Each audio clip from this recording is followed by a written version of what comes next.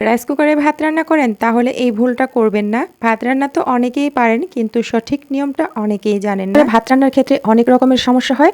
তো আশা করি আজকের ভিডিও দেখার পর আপনাদের এই সমস্যাটা আর হবে না। বেশিরভাগ মানুষের যে সমস্যাটা হয় সেটা হচ্ছে ভাত রান্না করার সময় ভাতের মাড় এই ঢাকনার উপরে উঠে আসে এবং ছিটকে ছিটকে পড়ে। আজকে এমন একটা পদ্ধতি দেখাবো যেটার দেখার পরে আর কখনো আপনার এই সমস্যাটা হবে না। বিসমিল্লাহির রহমানির রহিম। আসসালামু আলাইকুম। আশা করি যে যেখানে আছেন আল্লাহ তাআলার অশেষ রহমতে অনেক অনেক ভালো আছেন। ভাত রান্না করার জন্য প্রথমে আমাদের লাগছে চাল। এখানে আমি মিনিকেট চাল নিয়েছি। আপনি যে চালের ভাত খান সেই চালটা নিয়ে নেবেন। অবশ্যই একটা কাপ দিয়ে মেপে নেবেন। আমি এখানে 2 কাপ চাল নিয়েছি এই কাপটা দিয়ে। আপনি যে কাপ দিয়েই নেন অবশ্যই চালটা মেপে নেবেন। এতে করে পানির যে মেজারমেন্ট সেটা ঠিক থাকবে। এখন পর্যাপ্ত পানি দিয়ে খুব ভালো করে চালটাকে 3-4 বার পানি বদলে ধুয়ে নিয়েছি। ধুয়ে নেওয়ার পর এই অবস্থাতে কখনোই রাইস কুকারের পটে দিয়ে দিবেন না। এইভাবে হাত দিয়ে পানিটা ঝরিয়ে দিবেন অথবা এই চালগুলোকে নিয়ে একটা ছাঁকনির মধ্যে দিয়ে পানিটাকে ঝরিয়ে নেবেন। এতে করে পানির যে মেজারমেন্ট সেটা ঠিক থাকবে। ভাত নরম বা শক্ত হয়ে যাবে না। এখন আমি এই যে ঢেলে দিলাম রাইস কুকারের যে পটটা আছে সেটার মধ্যে আমি দিয়ে দিয়েছি চালগুলোকে।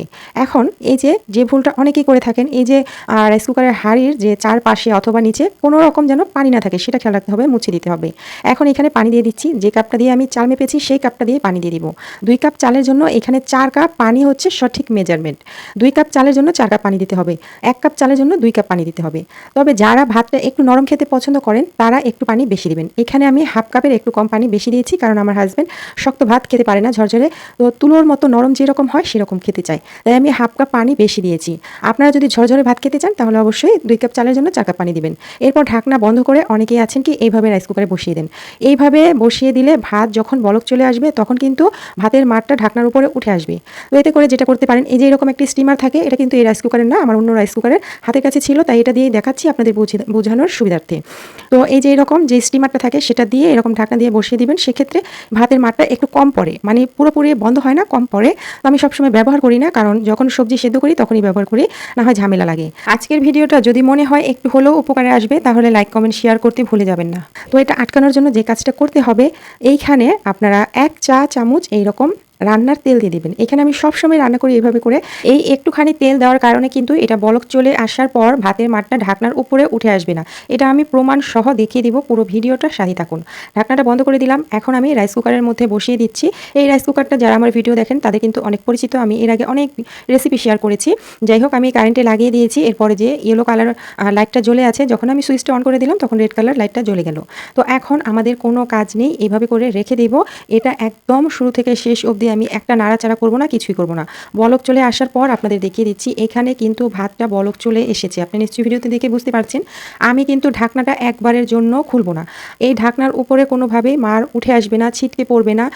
আপনারা দেখতে থাকুন। আমি বেশ কিছুক্ষণ সময় ধরে কিন্তু ক্যামেরাটা ধরে রেখেছি যাতে করে আপনাদের বুঝতে সুবিধা হয়। অনেকেই আছেন ভাবতে পারেন যে এটা হবে না। তো আমি এইভাবেই রান্না করি সবসময়। ভাতের মাড়টা এভাবে যখন তেল দিয়ে দিই তখন কিন্তু ভাতের মাড় উঠে আসে না। অনেক সময় দেখা যায় মনে থাকে না, তখন কিন্তু ভাতের মাড়টা উপর দিকে উঠে আসে। তো একটু ভাতের ফ্যান বা মাড় উপরে উঠে আসবে না, আপনারা ভিডিওতে দেখেই বুঝতে পারছেন। ভাতটা ভেতরে টকবগিয়ে বলক উঠে গেছে, কিন্তু এখানে কিন্তু ভাতের মাড় উপরে উঠে আসছে না। অনেকেই যেটা করেন ভাতের মাড় পড়ে যায়, উপরে ছিটকে আসে, সেই জন্য ঢাকনাটাকে একটু কাত করে রাখেন। তো এই যে এইভাবে করে একটু তেল দিয়ে দিলে কিন্তু সেই সমস্যাটা আর হবে না। এখানে কোনো রকম হাত দেওয়ারও দরকার নেই। যখন ভাতটা হয়ে যাবে রাইস কুকারটা অটোমেটিক বন্ধ হয়ে যাবে। তো আপনারা দেখতেই পারছেন যে এখানে কিন্তু অনেকক্ষণ ধরে বলক চলে এসেছে, কিন্তু এখানে কিন্তু ভাতের মাড় উপর দিকে উঠে আসেনি। তো আমি এর আগে অনেক ভিডিও শেয়ার করেছি রাইস কুকারে ভাত রান্নার।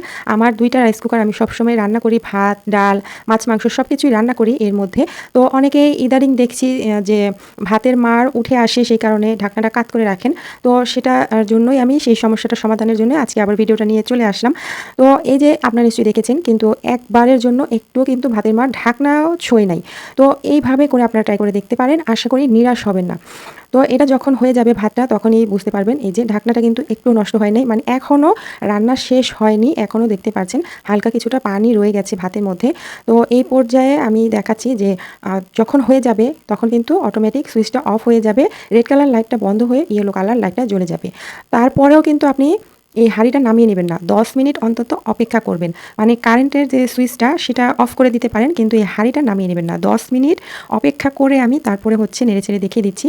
যখনই হয়ে যায়, সুইচটা অফ হয়ে গেলেও কিন্তু এর মধ্যে একটু ফেনা ফেনা ভাব, মানে ভাতের মাড়টা একটু আঠালো আঠালো থেকে যায়।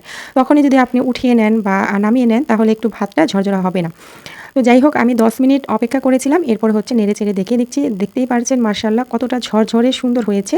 যেহেতু আমি ভাতটা একটু তুলতুলে রাখার চেষ্টা করেছিলাম, ভাতের পানি একটু বেশি দিয়েছিলাম।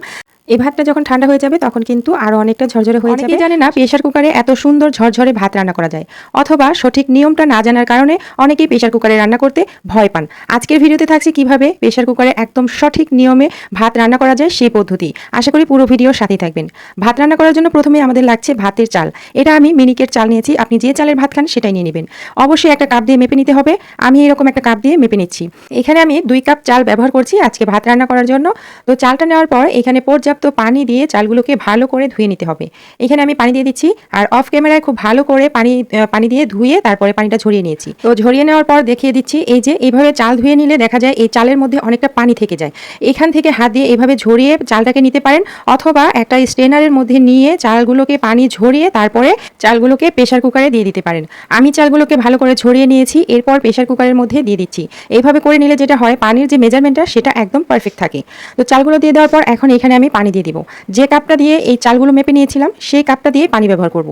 এখানে আমি 2 কাপ চাল ব্যবহার করেছিলাম, সেই জন্য এখানে 4 কাপ পানি ব্যবহার করতে হবে।